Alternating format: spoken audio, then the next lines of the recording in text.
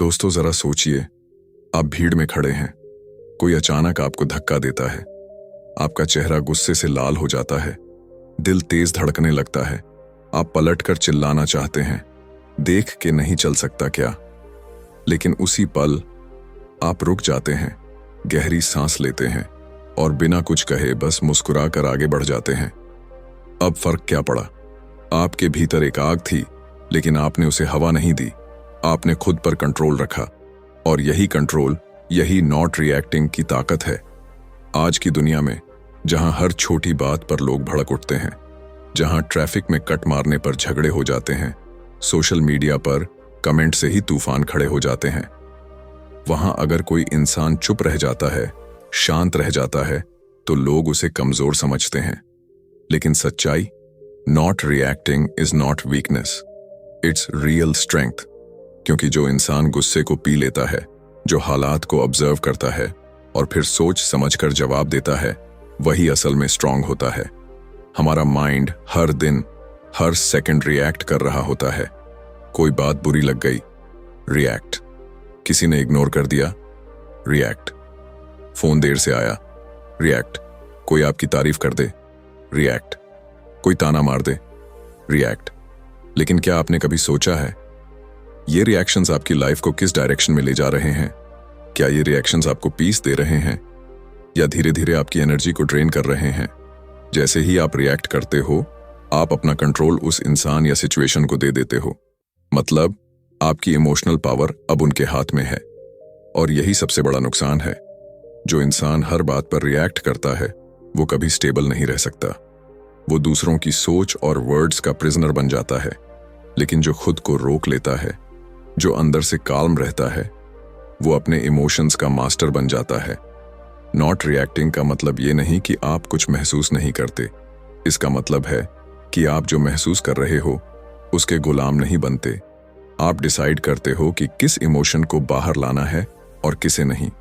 Imagine कीजिए, आप ऐसी जिंदगी जी रहे हैं जहां कोई भी बात आपको डिस्टर्ब नहीं कर सकती, जहां आप अपने अंदर एक गहराई से भरे ओशन की तरह शांत हों।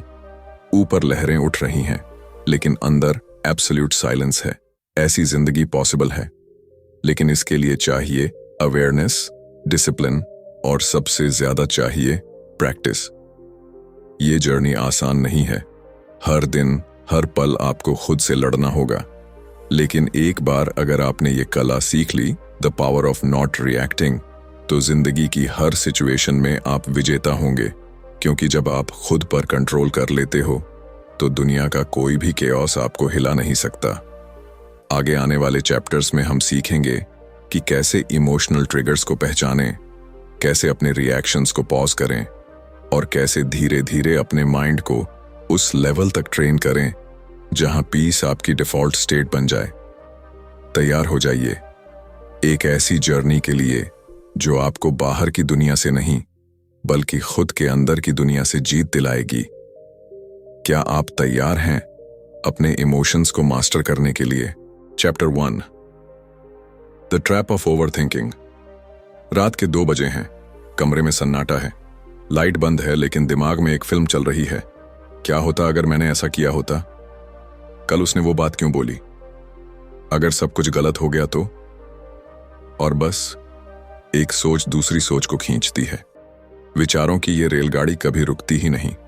आप करवटें बदलते हैं, तकिया पलटते हैं, लेकिन माइंड है कि रुकने का नाम ही नहीं लेता। Welcome to the trap of overthinking. कभी कभी ऐसा लगता है कि सोच सोचकर हम सॉल्यूशन ढूंढ रहे हैं, लेकिन असल में हम अपने अंदर एक ऐसा जाल बुन रहे होते हैं जिससे निकलना मुश्किल हो जाता है। ओवरथिंकिंग ऐसा इल्यूजन है जो हमें स्मार्ट फील कराता है, लेकिन असल में यह हमारी पीस, कॉन्फिडेंस और फोकस को धीरे धीरे खा जाता है। आपने नोटिस किया होगा, जब कोई प्रॉब्लम आती है तो हम उसे सॉल्व करने की जगह बार बार रिवाइंड करने लगते हैं। मैंने ऐसा क्यों किया? वो ऐसा क्यों बोल गया? लोग क्या सोचेंगे? इन क्वेश्चंस का कोई रियल आंसर नहीं होता, लेकिन माइंड को ये क्वेश्चंस एडिक्टिव लगते हैं। क्यों? क्योंकि माइंड सर्टेनिटी चाहता है। और जब कोई सिचुएशन अनसर्टेन होती है, रिजेक्शन, फेलियर या कोई मिसअंडरस्टैंडिंग, तब माइंड उस खाली जगह को भरना चाहता है, even if it's with imaginary fears. लेकिन यही तो सबसे बड़ा खतरा है। आप अपनी एनर्जी किसी रियल एक्शन में नहीं लगा रहे, बस हाइपोथेटिकल सिचुएशंस में फंसे रहते हैं। ओवर थिंकिंग एक ऐसा इनविजिबल एनिमी है जो आपकी अंदर की वॉइस को दबा देता है। वो इनर पीस जो आपको गाइड करती है, वो धीरे धीरे धुंधली पड़ जाती है। आप रियल मोमेंट्स को मिस करने लगते हैं क्योंकि आप या तो पास्ट एनालाइज कर रहे होते हैं या फ्यूचर इमेजिन कर रहे होते हैं। अब सोचिए, अगर आप किसी स्टेज पर खड़े हैं और हर मोमेंट आप सोच रहे हैं, लोग हंसेंगे क्या? अगर मैं गलत बोल गया तो क्या आप अपनी बेस्ट परफॉर्मेंस दे पाएंगे? नहीं, क्योंकि आप स्टेज पर नहीं, अपने दिमाग के अंदर फंसे हुए होते हैं। ओवरथिंकिंग की सबसे खतरनाक बात यह है कि ये एक्शन की एनर्जी को अब्सॉर्ब कर लेता है। आप एक कदम उठाने वाले थे, लेकिन अचानक माइंड ने 10 रिस्क्स गिना दिए और आप रुक गए। You felt like you were being wise, but truth is you were just being scared. अब इसका सॉल्यूशन क्या है? क्या सोचने से बचा जा सकता है? नहीं, बट आप ये डिसाइड कर सकते हैं कि कौन सी सोच को इंपॉर्टेंस देना है और कौन सी को नहीं। जब भी कोई थॉट आए, पॉज करो और खुद से एक सवाल पूछो, क्या ये थॉट मुझे हेल्प कर रहा है या ट्रैप कर रहा है? अगर वो थॉट आपको क्लैरिटी दे रहा है, एक्शन की तरफ ले जा रहा है, कीप इट। बट अगर वो आपको एंजाइटी, फियर या गिल्ट दे रहा है, जस्ट लेट इट गो। ध्यान रहे, हर थॉट सच नहीं होता। हमारा माइंड कई बार ऐसे स्टोरीज क्रिएट करता है जो असल में एग्जिस्ट ही नहीं करती, लेकिन हम उन स्टोरीज को इतना बिलीव कर लेते हैं कि वो हमारी रियलिटी बन जाती हैं। ओवरथिंकिंग एक थीफ की तरह है। ये आपके आज को चुराकर आपको उस कल में फंसा देता है जो कभी आया ही नहीं, और पास्ट को बार बार रिप्ले करके वो आपको गिल्ट की आग में झोंक देता है, जहां ना सॉल्यूशन होता है ना पीस। अब सोचिए, जब आप बच्चे थे, क्या आप इतना सोचते थे? नहीं, क्योंकि तब आप मोमेंट में रहते थे। एक फूल देखकर खुश हो जाते थे, बारिश में भीगकर हंसने लगते थे। क्यों? क्योंकि तब माइंड फिल्टर नहीं करता था। आपने दुनिया को जज करना, खुद को डाउट करना बाद में सीखा। अब टाइम है उस पुराने वर्जन को फिर से अवेकन करने का। ए वर्जन जो प्रेजेंट में रहता है, जो सिचुएशंस को फील करता है, रिएक्ट नहीं करता, जो सोचता है पर सोच में डूबता नहीं। ओवरथिंकिंग से बाहर निकलना एक प्रोसेस है। हर दिन, हर मोमेंट अवेयरनेस चाहिए। लेकिन एक बार अगर आपने खुद को यह पावर दे दी कि आप सोच को कंट्रोल कर सकते हैं, तो आप अनस्टॉपेबल बन जाओगे। क्योंकि जब माइंड शांत होता है, तभी सोल की आवाज सुनाई देती है, और वही आवाज आपको वहां ले जाती है जहां आपकी असली ताकत छुपी है। तो आज से एक नया रूल बना लो, जब कोई थॉट आए तो उसे वेलकम करो, लेकिन अगर वो आपका पीस चुराने लगे तो उसे रिस्पेक्टफुली बाहर का रास्ता दिखा दो। Chapter 2, understanding your emotional triggers. कभी ऐसा हुआ है कि किसी ने बस एक छोटी सी बात बोल दी और आप अंदर से टूट गए? या फिर कोई एक नजर, एक शब्द, एक साइलेंस भी आपको बुरी तरह डिस्टर्ब कर देता है? आप खुद से पूछते हैं, मैं इतना हर्ट क्यों हो गया? ऐसी छोटी सी बात ने मुझे इतना क्यों परेशान कर दिया? उसका जवाब छुपा है इमोशनल ट्रिगर्स में। हम सबके अंदर कुछ इनविजिबल बटन्स होते हैं। जैसे ही कोई उन्हें दबा देता है, हम फट पड़ते हैं, कभी गुस्से में, कभी आंसुओं में, कभी खुद से नफरत में, और हम सोचते हैं कि सामने वाला दोषी है। लेकिन सच ये है, ये बटन हमने खुद अपने अंदर ईयर्स ऑफ पेन, फियर और मेमोरीज से बनाए हैं। हर इमोशनल ट्रिगर किसी पुराने जख्म से जुड़ा होता है। कभी बचपन में कोई इंसल्ट हुआ था, किसी ने इग्नोर कर दिया था, किसी ने कंपैरिजन किया था, और वो दर्द अभी तक हमारे अंदर दबा पड़ा है। किसी ने तुमसे नहीं होगा कह दिया था, और आज जब भी कोई हमें अंडर एस्टिमेट करता है, हम अंदर से बिखर जाते हैं। बाहर से हम बहुत नॉर्मल लगते हैं, हंसते हैं, बात करते हैं, काम करते हैं, लेकिन एक छोटी सी बात और पूरा कॉन्फिडेंस हिल जाता है। बिकॉज हम वो पेन कैरी कर रहे होते हैं जिसे हमने कभी प्रॉपरली फील ही नहीं किया। हमने बस उसे दबा दिया था, सोचकर कि चलो छोड़ो, कोई बात नहीं। लेकिन इमोशंस दबाने से नहीं, समझने से हील होते हैं। ट्रिगर समझना मतलब खुद को समझना, क्योंकि जब तक आप ये नहीं जानोगे कि कौन सी बातें आपको हर्ट करती हैं, तब तक आप हर बार रिएक्ट करते रहोगे बिना रीजन जाने। इमेजिन करो, कोई दोस्त मजाक में कह दे, तेरा तो कुछ नहीं होगा जिंदगी में। अब कोई हंस के टाल देगा, लेकिन किसी के लिए ये एक ट्रिगर हो सकता है, क्योंकि उसने पूरी जिंदगी खुद को प्रूव करने की कोशिश की है। वो एक सेंटेंस उसकी सारी इनसिक्योरिटी खोल देता है। हम रिएक्ट करते हैं क्योंकि हम अनअवेयर हैं। हम अपनी रिएक्शंस को खुद ही नहीं समझते। और सबसे दर्दनाक बात यह है कि जब हम रिएक्ट कर चुके होते हैं, तब गिल्ट शुरू होता है। मुझे इतना चिल्लाना नहीं चाहिए था, मैंने ओवर रिएक्ट कर दिया। अब वो क्या सोचेगा मेरे बारे में? और यही गिल्ट नेक्स्ट ट्रिगर बन जाता है। लेकिन इस लूप से बाहर निकलने का रास्ता है। बस आपको अपने ट्रिगर्स को पहचानना सीखना है। जब भी कोई बात आपको डिस्टर्ब करे, पॉज करो, गहरी सांस लो और खुद से एक सवाल पूछो, ये इमोशन किस पुराने अनुभव से जुड़ा है? शायद ये डर है रिजेक्शन का, या दर्द है कंपैरिजन का, या वो फीलिंग है मैं इनफ नहीं हूं। जब आप इन फीलिंग्स को समझने लगते हो, तब एक नई ताकत आती है, अवेयरनेस की ताकत। अब आप बस रिएक्ट नहीं करते, बल्कि ऑब्जर्व करते हो। आप रिकॉग्नाइज कर पाते हो कि ये पेन आपके अंदर से आ रहा है, सामने वाले से नहीं। और तब आप उस इमोशन के मालिक बन जाते हो, उसके गुलाम नहीं। अब सोचिए, अगर आप अपने इमोशनल ट्रिगर्स को पूरी तरह जान लें, तो कोई भी आपकी पीस को चुरा नहीं सकता। कोई भी आपकी सेल्फ वर्थ को डिफाइन नहीं कर सकता, क्योंकि अब आप अपने अंदर की हर बटन को पहचानते हो और जानते हो कि कब, कैसे और क्यों उसे प्रेस नहीं होने देना है। ये काम आसान नहीं है। कई बार पेनफुल होगा, कई बार अनकंफर्टेबल होगा, क्योंकि आपको उन पुरानी यादों से मिलना होगा जिनसे आप भागते आए हैं। लेकिन यही तो हीलिंग है।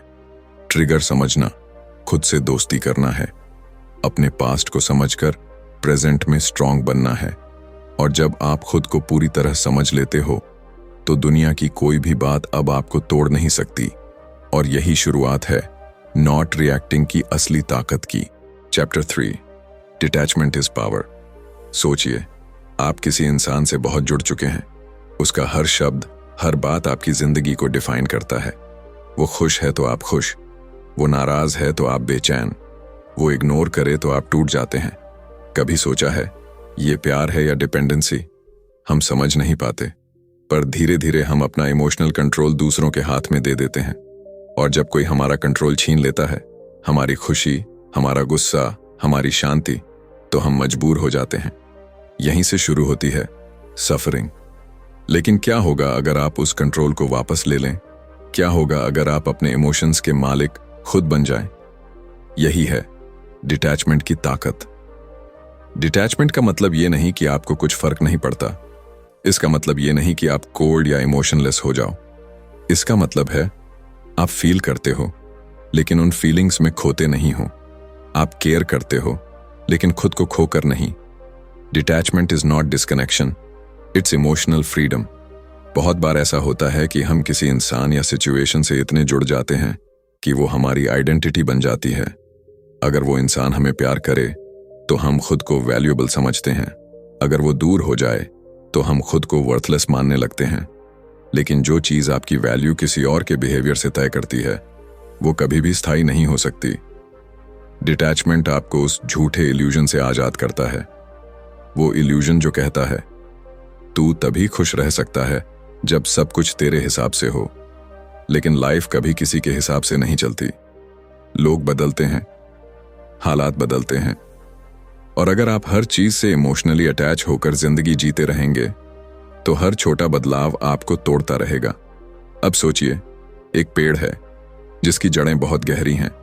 हवा चलती है, तूफान आता है, बारिश होती है, लेकिन वो हिलता नहीं, क्योंकि उसकी जड़ें मजबूत हैं। डिटैचमेंट वो जड़ है जो आपको हर स्टॉर्म में ग्राउंडेड रखती है। जब कोई आपकी इंसल्ट करे और आप रिएक्ट ना करें, वो डिटैचमेंट है। जब कोई इग्नोर करे और आप फिर भी अपनी सेल्फ वर्थ में डाउट ना करें, वो डिटैचमेंट है।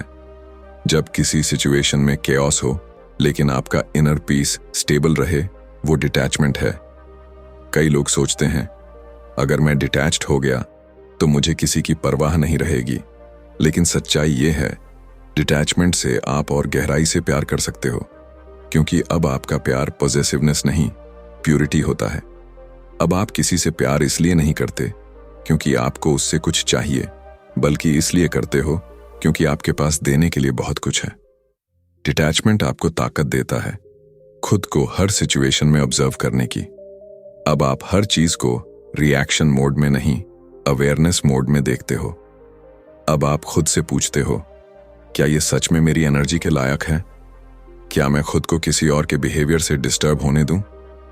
और धीरे धीरे एक दिन आप उस लेवल पर पहुंचते हो जहां आपकी इमोशंस आपके कंट्रोल में होते हैं, दुनिया के नहीं। एक पुरानी बात याद है, जब पानी शांत होता है तभी उसमें अपना रिफ्लेक्शन साफ दिखता है। वैसे ही जब माइंड डिटैच्ड होता है तभी आप खुद को साफ देख पाते हो, तभी आपको क्लैरिटी मिलती है, तभी डिसीजंस स्ट्रांग बनते हैं, और तब आप हर रिलेशन, हर सिचुएशन को सही नजर से देख पाते हो, बिना उसमें डूबे।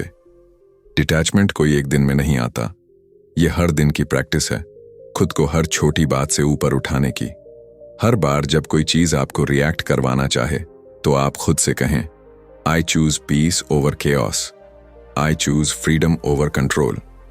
जब आप ये चुनना सीख जाते हो तब आप खुद के मास्टर बनते हो, और वही बनता है वो इंसान जो किसी स्टॉर्म से नहीं हिलता। क्योंकि जब आप डिटैच्ड होते हो तब आप सबसे ज्यादा कनेक्टेड होते हो अपने आप से। Chapter 4, the space between stimulus and response. एक लड़का सड़क पर तेजी से चला जा रहा था। उसे ऑफिस के लिए देर हो रही थी। अचानक पीछे से एक बाइक वाला आया और धक्का मार गया। लड़का गिरते गिरते बचा, कपड़े गंदे हो गए, चेहरे पर गुस्सा आ गया, लेकिन तभी वो रुक गया, सांस ली, बाइक वाले को देखा और बिना कुछ कहे आगे बढ़ गया। यही पल जिसने उसकी पूरी जिंदगी की दिशा बदल दी। बिकॉज इसी पल में छुपी थी वो चीज जिसे कहते हैं the space between stimulus and response. Stimulus यानी कोई घटना जो आपको प्रभावित करती है, रिस्पॉन्स यानी उसका जवाब, और इनके बीच एक सूक्ष्म लेकिन शक्तिशाली स्पेस होती है। एक पल जहां आप डिसाइड करते हैं कि आप रिएक्ट करेंगे या रिस्पॉन्ड। वो एक सेकंड का पॉज आपकी पूरी जिंदगी बदल सकता है। सोचिए, जब कोई आपको इंसल्ट करता है, आपको ऑप्शन होता है उसी वक्त पलटकर जवाब देने का या खुद को शांत रखने का। लेकिन हम में से ज्यादातर लोग उस स्पेस को देख ही नहीं पाते। हम तुरंत रिएक्ट कर देते हैं, बिना सोचे, बिना रुके, और बाद में पछताते हैं। काश उस वक्त चुप रह जाता, काश मैंने थोड़ा रुक कर सोचा होता, काश मैंने खुद को कंट्रोल कर लिया होता। हम ये सब कहते हैं क्योंकि हम जानते हैं कि वो एक पॉज सब कुछ बदल सकता था। रिएक्शन में इमोशन होता है, गुस्सा, डर, ईगो। रिस्पॉन्स में अवेयरनेस होती है, समझदारी, पेशेंस और क्लैरिटी। रिएक्ट करना इजी है, रिस्पॉन्ड करना पावरफुल। लेकिन इस पावर तक पहुंचने के लिए आपको उस स्पेस को पहचानना सीखना होगा, और ये स्पेस हर मोमेंट में मौजूद होता है, बस हमें उसे देखना नहीं आता। आप किसी के साथ बहस कर रहे हैं और सामने वाला कुछ ऐसा बोल देता है जो सीधा आपके ईगो पर लग जाता है। अब आपके सामने दो रास्ते हैं, या तो आप रिएक्ट करें, चिल्लाएं, प्रूव करें कि आप सही हैं, या फिर पॉज करें, डीप ब्रेथ लें और सोचें कि क्या ये लड़ाई वाकई जरूरी है। बहुत बार हम ये सोचते हैं कि इमीडिएट रिएक्शन दिखाना ही स्ट्रेंथ है, पर असली स्ट्रेंथ उस इंसान में होती है जो प्रोवोक होने के बावजूद काल्म रह सके, जो अपने इमोशंस को एक्सप्रेस करने से पहले उन्हें समझ सके। जब आप हर छोटी बात पर रिएक्ट करना छोड़ देते हैं तो आप खुद को एक इनविजिबल केज से आजाद कर देते हैं। अब कोई भी आपके बिहेवियर को कंट्रोल नहीं कर सकता, ना कोई कमेंट, ना कोई इंसल्ट, ना कोई लॉस। बिकॉज अब आपके और दुनिया के बीच में एक शील्ड है, अवेयरनेस का, अंडरस्टैंडिंग का। जैसे एक ट्रेन्ड सोल्जर फायरिंग के बीच भी फोकस नहीं खोता, वैसे ही एक इमोशनली अवेयर इंसान हर कैओस में अपना बैलेंस बनाए रखता है। और ये बैलेंस उस स्पेस से आता है, उस पॉज से जो आपको हर सिचुएशन में प्रेजेंट रखता है। अब सवाल ये है, कैसे पहचाने उस स्पेस को? जब भी कोई सिचुएशन ट्रिगर करे, रुकिए, शरीर में जो भी इमोशन उठ रहा है उसे फील कीजिए, रेजिस्ट मत कीजिए। उस इमोशन को लेबल कीजिए, this is anger, this is fear, this is hurt. फिर खुद से पूछिए, अगर मैं रिएक्ट करूं तो क्या होगा? अगर मैं पॉज करूं तो क्या बदल सकता है? धीरे धीरे आपका माइंड एक हैबिट बना लेगा, रिएक्शन से पहले रिफ्लेक्शन की, और यहीं से आपकी लाइफ में ट्रांसफॉर्मेशन शुरू होगा। इमेजिन कीजिए, आपकी जिंदगी में कोई भी आपको प्रोवोक नहीं कर सकता, कोई भी आपको मैनिपुलेट नहीं कर सकता, बिकॉज अब आप उस स्पेस को पकड़ चुके हैं जहां साइलेंस है, पावर है, क्लैरिटी है। कई बार लोग कहेंगे, तू कुछ बोलता क्यों नहीं? लेकिन वो नहीं जानते कि आप हर बार बोल सकते हैं, लेकिन आप चुनते हैं ना बोलना, बिकॉज अब आप उस पावर को समझ चुके हैं जो पॉज में छुपी है। और यही पॉज आपको दूसरों से अलग बनाता है। दुनिया में बहुत लोग हैं जो तेज बोलते हैं, जल्दी गुस्सा करते हैं, हर बात पर रिएक्ट करते हैं, लेकिन बहुत कम लोग हैं जो शांत रह सकते हैं, सोच समझकर जवाब दे सकते हैं और अपनी शांति को बचा कर रख सकते हैं। आप कौन बनना चाहते हैं? वो जो हर स्टिमुलस पर टूट पड़ता है, या वो जो हर रिस्पॉन्स को सोच समझकर चुनता है? क्योंकि जिंदगी में कंट्रोल उन्हीं के पास होता है जो उस छोटे से स्पेस को देख पाते हैं, और उस स्पेस में आपके पास एक चमत्कारी ऑप्शन होता है, choose peace. Chapter 5, respond don't react. सड़क पर गाड़ियों की भीड़ है। एक आदमी गलती से आपकी गाड़ी में हल्का सा धक्का मार देता है। आपका गुस्सा फटने के लिए तैयार खड़ा है। क्या आंखें नहीं हैं तुझे? लेकिन अगले ही पल आप देखते हैं उस आदमी की आंखों में डर है। वो माफी मांग रहा है। शायद वो अपने बीमार बच्चे को अस्पताल ले जा रहा है। आपका गुस्सा अचानक पिघल जाता है। अब सोचिए, अगर आपने रिएक्ट किया होता तो क्या हुआ होता? हम अक्सर अपनी जिंदगी में रिएक्ट करते हैं, बिना पूरे सच को जाने, बिना रुके, बिना सोचे। और यही रिएक्शन ही हमारी रिलेशनशिप्स को, हमारी पीस को और कई बार हमारी आइडेंटिटी को भी बर्बाद कर देता है। रिएक्ट करना हमारी आदत बन चुकी है। किसी ने कुछ कहा, रिएक्ट। कोई बात पसंद नहीं आई, रिएक्ट। रिजल्ट खराब आया, रिएक्ट। कोई इग्नोर कर गया, रिएक्ट। लेकिन इन रिएक्शंस में हमारी पावर नहीं होती। ये रिएक्शंस एक तरह का सरेंडर होते हैं अपने इमोशंस के आगे। जब आप रिएक्ट करते हैं तो आप कंट्रोल खो देते हैं। आप उस इंसान या उस सिचुएशन के हाथों की पपेट बन जाते हैं। वो जैसे चाहे आपको नचा सकता है, सिर्फ एक कमेंट से, एक जेस्चर से, एक साइलेंस से। लेकिन रिस्पॉन्ड करना अलग है। रिस्पॉन्ड करना मतलब ऑब्जर्व करना, फील करना, सोच समझकर एक्ट करना। ये कमजोरी नहीं है, ये मास्टरी है। रिएक्ट करना रिफ्लेक्स है, रिस्पॉन्ड करना विजडम है। अगर कोई आपकी इंसल्ट करे और आप रिएक्ट करें तो उसने आपका बटन दबा दिया। लेकिन अगर आप शांत रहें, उस इंसल्ट को प्रोसेस करें और फिर भी डिग्निटी से जवाब दें, तो आपने पावर अपने पास रखी। जैसे गर्म तवे पर पानी गिरता है, वो फौरन भाप बनकर उड़ जाता है, वो है रिएक्शन। पर अगर आप उस पानी को ठंडा रहने दो तो वो किसी पौधे को जीवन दे सकता है, वो है रिस्पॉन्स। रिस्पॉन्ड करने का सबसे बड़ा फायदा ये है कि आप रिग्रेट से बच जाते हो, क्योंकि आपने कुछ इंपल्सिवली नहीं किया। आपने सोच समझकर जवाब दिया। आपने खुद को एम्बैरेस नहीं किया। आपने रिश्ते नहीं बिगाड़े। आपने अपनी वैल्यू गिरने नहीं दी। सोचिए, अगर हर सिचुएशन में आपको 2 सेकंड्स का टाइम मिल जाए, एक पॉज, एक ब्रेथ, तो आपकी जिंदगी कितनी शांत हो सकती है। और ये 2 सेकंड्स हर किसी को मिलते हैं। बस फर्क इतना है, कुछ लोग उन 2 सेकंड्स में डिसीजन लेते हैं और कुछ लोग उन 2 सेकंड्स को इग्नोर कर देते हैं। रिस्पॉन्ड करना आपकी सेल्फ अवेयरनेस पर निर्भर करता है। आप कितना खुद को समझते हो, आपके ट्रिगर्स क्या हैं, आपके अंदर कितना पेशेंस है। ये सब मिलकर आपके रिस्पॉन्स को शेप करते हैं। जैसे एक म्यूजिशियन हर सुर को सही समय पर बजाता है, वैसे ही एक इमोशनली अवेयर इंसान हर वर्ड को सोचकर बोलता है। वो हर जेस्चर, हर साइलेंस को समझकर डिसाइड करता है कि अब क्या करना है। रिएक्ट करने से मोमेंट का सेटिस्फैक्शन मिल सकता है, लेकिन बाद में गिल्ट भी आता है। रिस्पॉन्स डिलेड होता है, पर उससे जो पीस मिलती है वो लॉन्ग लास्टिंग होती है। अब आप खुद सोचिए, आप अपने वर्ड से लोगों को तोड़ना चाहते हैं या हील करना चाहते हैं? आप हर सिचुएशन में अपनी एनर्जी लूज करना चाहते हैं या उसे वाइजली इन्वेस्ट करना चाहते हैं। रिस्पॉन्ड करने का मतलब है आपने अपने इमोशंस को महसूस किया, उन्हें एक्सेप्ट किया, पर उन्हें रूल नहीं करने दिया। आपने अपने वर्ड्स को चुना, अपनी टोन को कंट्रोल किया और सबसे ज्यादा आपने अपनी डिग्निटी को बचाए रखा। इस दुनिया में हर कोई लाउड है, हर कोई प्रूव करना चाहता है कि वो सही है, लेकिन जो रिस्पॉन्ड करता है वो खुद को प्रूव नहीं करता, वो खुद को एलिवेट करता है। जब आप रिस्पॉन्ड करते हैं, आप जवाब नहीं देते, आप मिरर बन जाते हैं। आप सामने वाले को खुद उसका रिफ्लेक्शन दिखाते हैं और फिर उसे तय करने देते हैं कि अब वो किस तरह से बात करना चाहता है।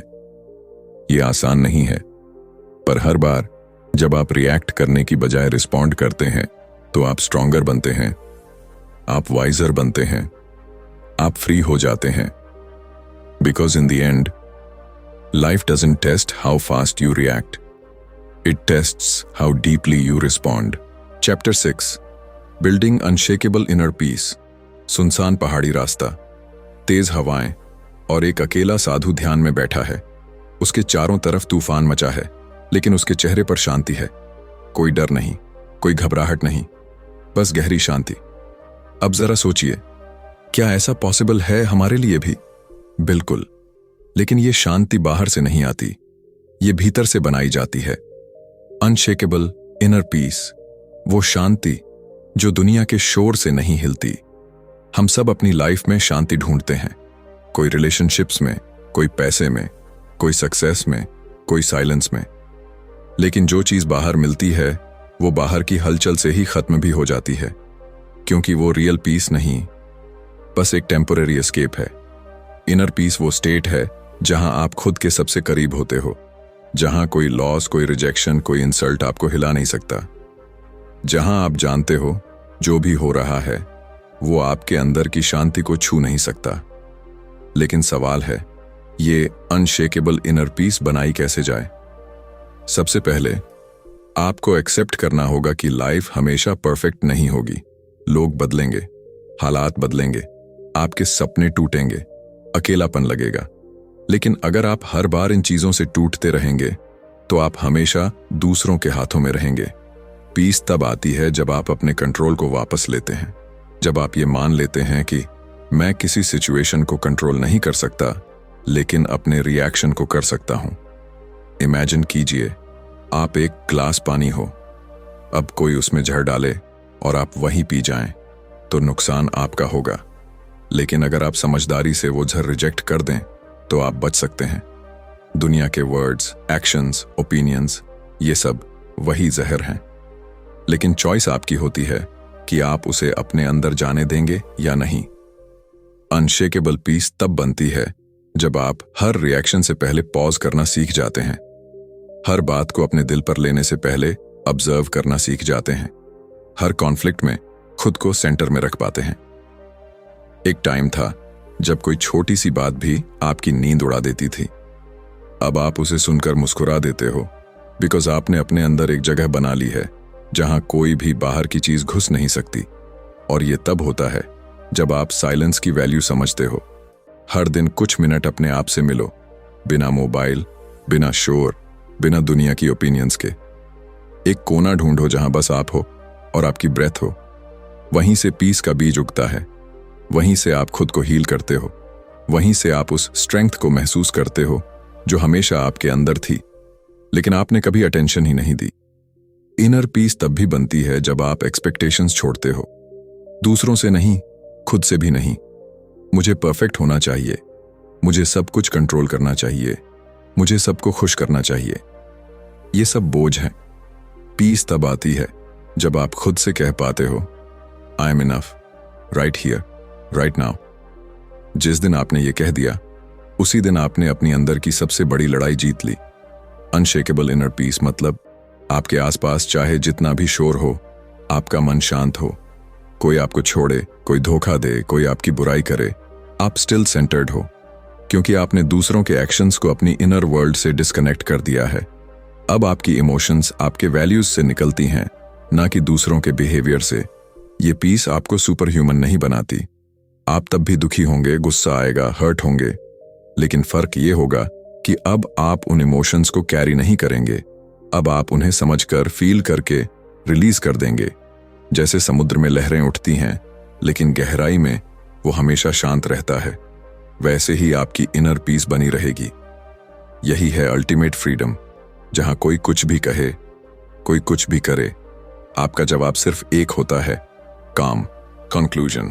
जब कोई आपको उकसाए और आप फिर भी मुस्कुराकर चुप रह जाएं, जब हालात आपको तोड़ने की कोशिश करें और आप भीतर से शांत बने रहें, जब लोग आपको नजरअंदाज करें और आप फिर भी अपनी वैल्यू भूलें नहीं, तो समझिए आपने the power of not reacting को जीना सीख लिया है। ये किताब सिर्फ एक आइडिया नहीं बल्कि एक प्रैक्टिस है। हर दिन, हर पल जब लाइफ आपको टेस्ट करती है, आपके पास एक चॉइस होती है, रिएक्ट करने की या रिस्पॉन्ड करने की। और जब आप बार बार पीस चुनते हैं, अवेयरनेस चुनते हैं, पेशेंस चुनते हैं, तो आप एक ऐसे वर्जन में इवॉल्व होते हैं जिसे कोई बाहर की ताकत तोड़ नहीं सकती। बिकॉज सच्ची ताकत ना आवाज में होती है, ना हाथ में, वो होती है उस माइंड में जो हर तूफान में भी शांत रहना जानता है।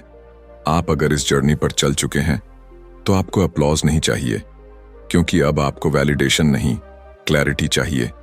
अब आप दुनिया को बदलने नहीं, खुद को जानने आए हैं। और यही है the power of not reacting. अगर इस बुक समरी ने आपके दिल को छुआ हो तो इस शांति को अपने अंदर जगा कर जाइए। हर दिन इस कला को प्रैक्टिस कीजिए, क्योंकि जिंदगी की सबसे बड़ी जीत खुद पर जीत होती है। ऐसे ही और गहराई से भरे इमोशनल विजडम के लिए सब्सक्राइब कीजिए बुकपीडिया को, जहां किताबें सिर्फ पढ़ी नहीं जाती, महसूस की जाती हैं। मिलते हैं अगली बुक समरी में एक और लाइफ चेंजिंग किताब के साथ। तब तक याद रखिए, शांति ही असली शक्ति है।